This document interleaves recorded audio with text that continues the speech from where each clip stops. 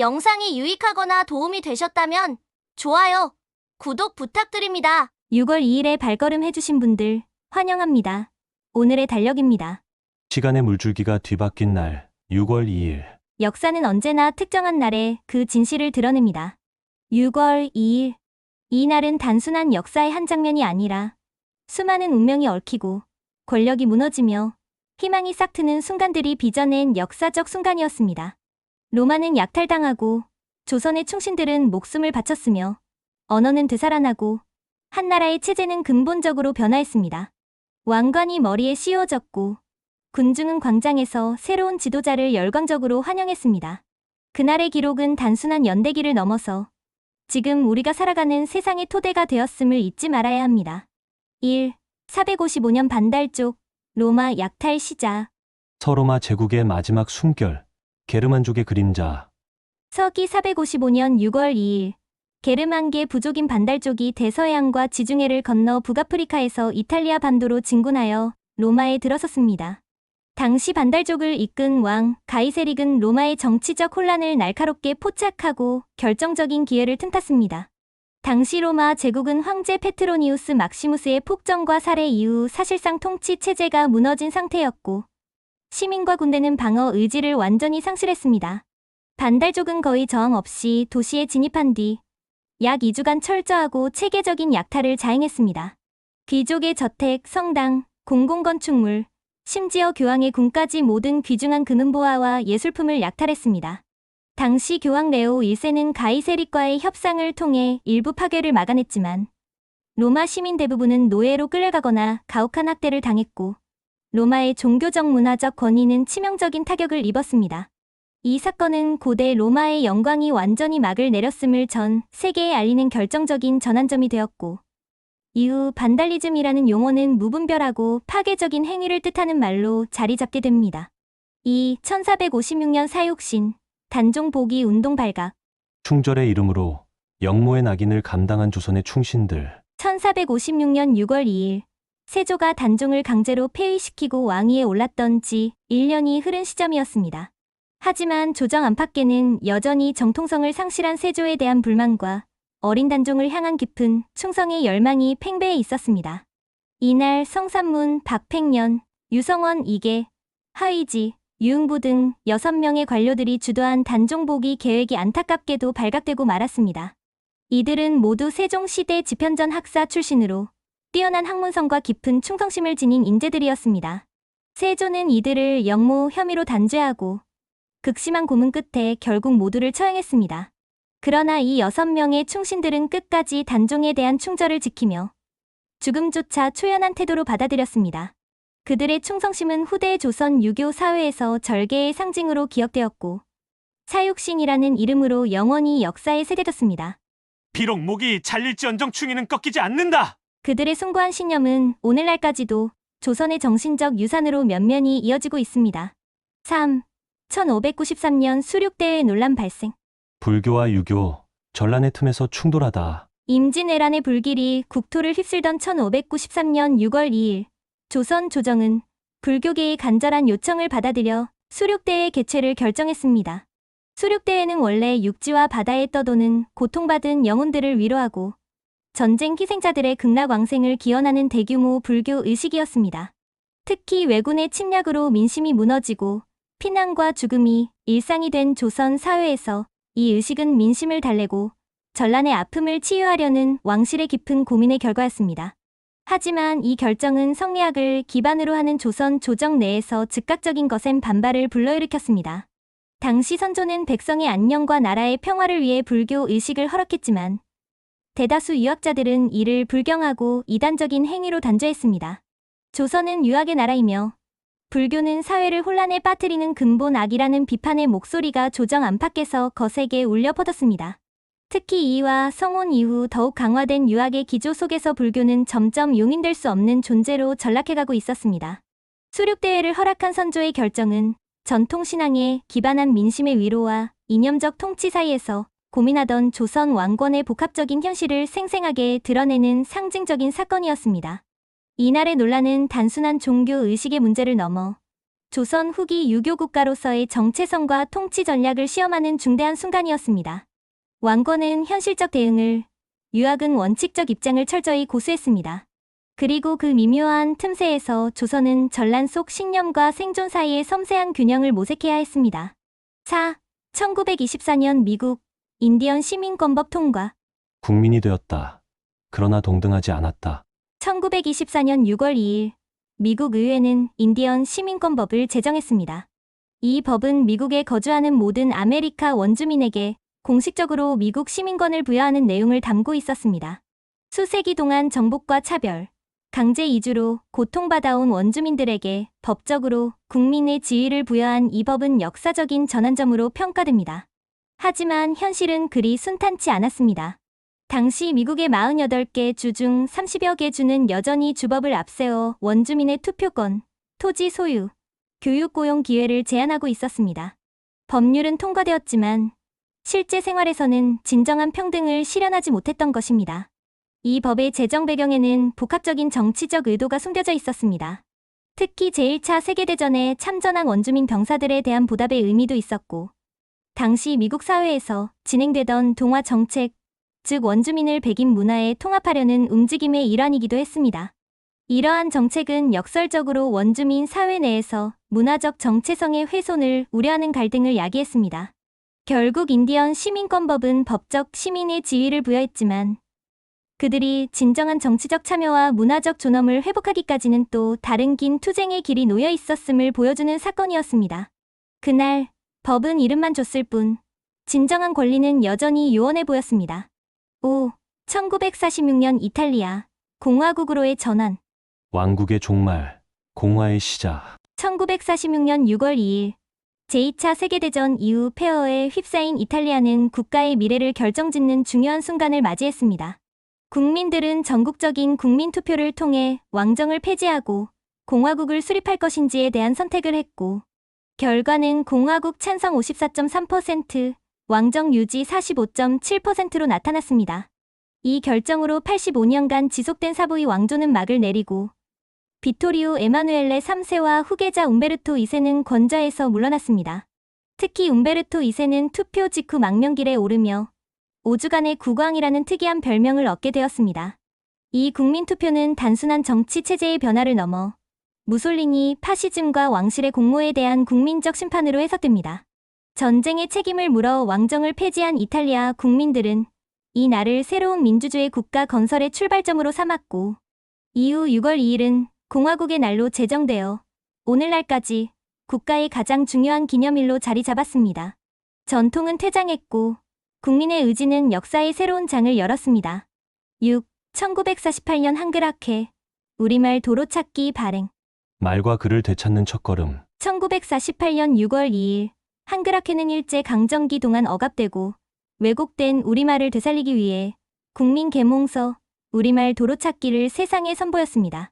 이 책은 단순한 국어 교재 이상의 의미를 지녔습니다.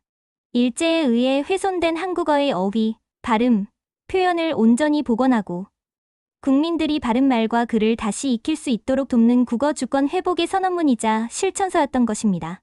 우리말 도로찾기는 제목 그대로 잃어버린 우리말을 다시 찾는 것에 중점을 두었으며 이후 한글 보급 운동, 표준어 확립, 국어 교과서 제작 등의 중요한 토대를 마련했습니다. 이 책은 해방 후 혼란스러운 문화적 정체성 속에서 한국인의 언어를 지켜내려는 의지를 상징하는 것으로 평가되며 오늘날까지도 국어학계와 교육계에서 귀중한 자료로 인정받고 있습니다. 말을 되찾는 일은 곧 나라를 되찾는 일이었습니다. 7. 1953년 엘리자베스 2세 영국 여왕 대관식. 텔레비전 시대의 여왕, 대중과 함께 즉위하다. 1953년 6월 2일 런던의 웨스트민스터 사원은 화려한 왕실의 전통과 현대 기술이 교차하는 역사적인 순간을 맞이했습니다. 그날 엘리자베스 2세는 아버지 조지 6세의 뒤를 이어 정식으로 영국의 군주로 즉위하며 대관식을 치렀습니다. 27세의 젊은 군주였던 그녀는 제2차 세계대전의 폐허와 제국의 쇠퇴 속에서 국가를 상징할 강력한 지도자가 필요한 시기에 왕좌에 올랐습니다. 이번 대관식은 단순한 국가 의식의 범주를 넘어서는 깊은 의미를 지니고 있었습니다. 8,000명이 넘는 귀빈들이 직접 참석했고 1만여 명의 군인들이 장엄한 의전 행렬에 동참했습니다. 특히 이 대관식은 전 세계 최초로 TV 생중계를 통해 방송되어 큰 화제를 모았습니다.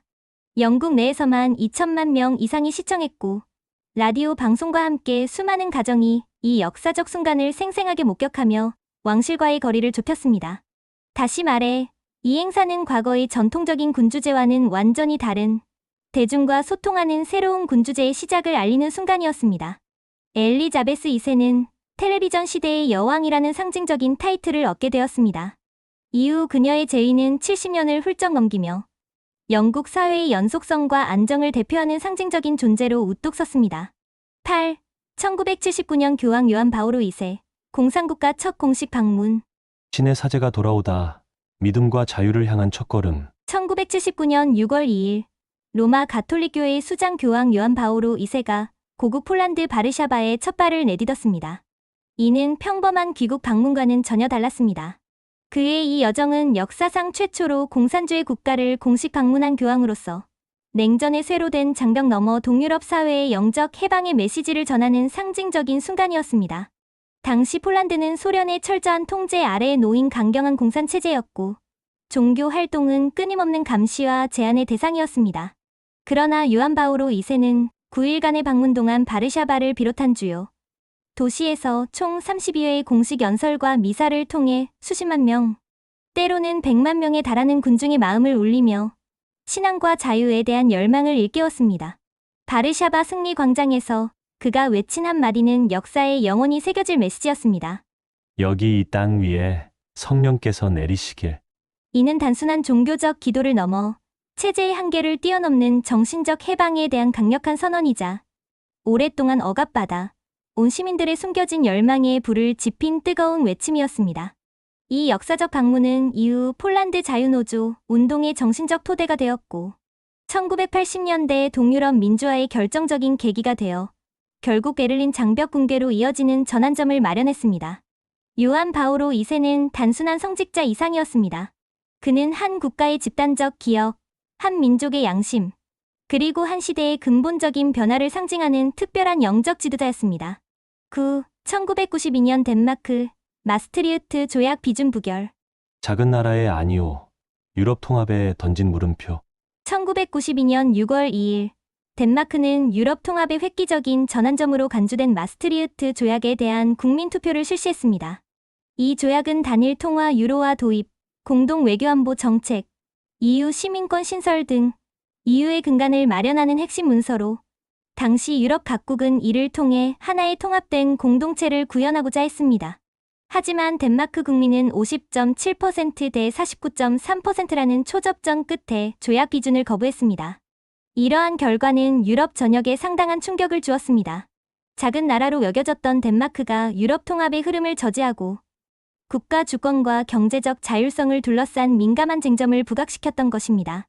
당시 덴마크 내부에서는 국가 주권이 EU에 잠식될 것이라는 우려와 경제 정책의 자율성을 상실하게 될 것이라는 불안감이 팽배했으며, 기존의 사회적 복지 모델을 보호하려는 목소리도 높았습니다. 결국 유럽연합은 덴마크를 설득하기 위해 조약의 일부 조항에 옵트아웃 조항을 포함하는 특별 양보안을 마련했고, 1993년 재투표에서 덴마크는 이 수정안을 수용하며 최종적으로 조약을 비준했습니다. 이 사건은 유럽 통합의 잠재적 균열 가능성을 최초로 드러낸 사례로 기록되었으며, 한 국민의 한 표가 유럽의 미래를 변화시킬 수 있다는 상징적인 정치적 메시지를 전달했습니다. 10. 2023년 인도 오디샤 열차 충돌 사고. 선로 위의 비극. 인도의 시간을 멈추게 하다. 2023년 6월 2일, 인도 동부 오디샤주 발라소레 지역에서 그 어느 때보다도 충격적인 열차 참사가 발생했습니다. 사고의 시작은 고속 여객열차 코로만델 익스프레스가 잘못된 신호로 인해 화물열차와 정면으로 충돌하면서 벌어졌습니다. 엄청난 충격으로 탈선한 열차 차량들이 인접선로로 전복되었고, 마침 반대 방향에서 달려오던 또 다른 여객열차 예르오다 익스프레스가 이를 강타하면서 참혹한 3중 충돌 사고로 이어졌습니다. 현장은 순식간에 아비규환의 장으로 변했고, 구조대원들은 밤새도록 힘겨운 구조 작업을 이어갔습니다. 이 참사로 최소 275명의 소중한 생명이 사라지고 1100명 이상이 중경상을 입는 충격적인 대형 사고로 기록되었습니다. 인도 정부는 이 사고의 원인을 신호 시스템의 치명적인 오류와 인간의 실수가 복합적으로 작용한 결과로 발표했으며 이후 전국적 차원의 철도 안전 대책 마련과 관련 기술 정비의 시급성이 강력히 제기되었습니다. 세계에서 가장 큰 철도망 중 하나를 운영하고 있는 인도는 오랫동안 노후화된 장비와 미흡한 신호체계, 부족한 안전 예산 문제로 고통받아 왔습니다. 결국 이번 사고는 단순한 기술적 실패를 넘어 발전의 이면에 숨겨진 인간의 생명 존엄성에 대해 다시금 심각한 질문을 던진 인도 철도사 최악의 비극이었습니다. 만약 당신이 진리를 믿는다면 그 진리는 언제나 다른 모든 것보다 우선해야 한다. 세기 말 유럽, 신앙은 흔들리고 교회는 새로운 도전에 직면하고 있었습니다. 성경은 해체되고 신은 철학의 무대에서 점점 퇴장하고 있었습니다. 그 혼란의 한가운데 소박한 시골 출신의 한 사제가 교황좌에 오르게 됩니다. 그는 권력을 탐하지 않았습니다. 그는 진리를 지키기 위해 가톨릭 교회 전체를 뒤흔드는 투쟁을 시작했습니다. 그의 이름 비오 10세. 이야기는 그의 확고부동한 신념에서 시작됩니다. 1903년 신의 존재가 의문시되던 시기. 이탈리아 시골의 한 사제가 교황이 됩니다. 그는 대성당의 화려한 황금보다는 작은 동네 성당의 낡은 벽을 더 잘 알고 있던 사람. 그의 본명은 주세페 사르토, 세상에 알려진 이름은 교황 비오 10세였습니다. 그가 교황직에 올랐을 때 유럽은 급격한 변화의 한복판에 있었습니다. 과학은 진화를 주장했고 철학은 신의 죽음을 선포했으며 심지어 신학자들조차 성경을 문학 작품처럼 해석하기 시작했습니다. 이러한 사상을 현대주의라 불렀고 교회는 그 앞에서 분열되어 갔습니다. 비오 10세는 타협의 여지를 두지 않았습니다. 1907년 그는 해칙 파센디 도미니치 그레기스를 발표했습니다. 이는 단순한 문서가 아니었습니다. 현대주의에 대한 전면적 금지 선언이자 교회 보수주의의 헌법이었습니다. 그는 말로만 그치지 않았습니다. 현대주의 서약서를 마련해 모든 성직자와 신학교 교수에게 강제로 서명하게 했습니다. 신학자들의 저술과 강연은 감시의 대상이 되었고 문제가 있는 인물은 해임되거나 추방되었습니다. 그가 원했던 것은 단순한 지식이 아니라 절대적 순종과 정통성이었습니다. 그러나 그는 단순한 탄압자로 기억되지 않았습니다. 비오 10세는 진심으로 신자들, 특히 가난한 평신도를 돌보았습니다. 그는 성체성사 연령을 획기적으로 낮추었습니다. 당시에는 성인이 되어서야 가능하던 첫 영성체를 어린이도 받을 수 있도록 변경했습니다. 그 이유는 분명했습니다. 은총은 자격이 아니라 선물이다. 또한 그는 전례 개혁에 착수했습니다. 지역마다 달랐던 미사의 구조를 표준화하고 성가와 기도문을 통일시켰습니다. 그는 가톨릭 예배의 정체성을 확고히 세웠습니다. 이러한 흐름은 오늘날까지 이어지고 있습니다. 교회 행정을 전면적으로 개혁했습니다. 교황청 내부의 부서와 기능을 현대적으로 쇄신하고 사법체계와 신학교육 과정을 체계적으로 표준화했습니다. 그는 단순한 교황이 아니라 탁월한 행정가이자 조직가였으며 무너져가던 로마 가톨릭의 근간을 다시 세운 중요한 인물이었습니다. 그의 제2 후반기, 세상은 다시 전쟁의 어둠에 휩싸였습니다. 1914년 제1차 세계대전이 임박한 유럽의 위기 속에서 비오 10세는 전쟁을 막으려 간절히 노력했지만 지구 위에서 칼의 외침보다 기도의 침묵이 더 작다. 며 자신의 무력함을 깊이 한탄했습니다. 그리고 전쟁이 터지기 직전 그는 세상을 떠났습니다. 1914년 8월 20일 그는 마지막으로 신의 이름을 부르며 생을 마감했습니다. 수십 년이 지난 후 가톨릭은 그를 회고하며 말했습니다. 진리 위에 성벽을 세운 교황. 그는 1954년 20세기 교황 중 최초로 성인의 반열에 올랐습니다. 그는 시대의 흐름을 거스르며 나아갔습니다. 신의 이름 아래 그는 단호하게 단죄했고 백성을 위해 그는 과감하게 개혁했습니다. 칼도 군대도 없었지만 그의 한마디 말이 천년의 교리를 완전히 바꾸었습니다. 그는 흔들리는 세상 한복판에서 교회의 근간이 되는 기둥이 되었고 진보와 타협의 유혹 앞에서도 흔들림 없이 신앙을 선택한 사람이었습니다. 그는 떠났지만 오늘의 가톨릭은 그가 남긴 기준 위에 굳건히 서 있습니다. 그의 이름은 단순한 기록이 아닌 가톨릭 교회 자체에 영원히 새겨져 있습니다. 비오 10세. 그는 교황이었고 그는 성인이었으며 무너져가던 시대 속에서 믿음의 마지막 고려였습니다. 침묵하지 않는 기록, 오늘을 깨우는 이름들. 이 날을 되돌아보는 것은 단순히 과거의 사건들을 나열하기 위한 것이 아닙니다. 그날 일어났던 선택과 침묵, 외침과 희생은 오늘을 살아가는 우리에게 어떤 태도를 요구하고 있습니다. 역사는 흔히 반복된다고들 말합니다. 하지만 우리가 진심으로 기억하고 깊이 성찰한다면 같은 비극은 다시는 되풀이되지 않을 것입니다. 6월 2일, 그날을 기억하는 오늘, 우리는 다시 한번 역사의 엄중한 질문 앞에 서 있습니다.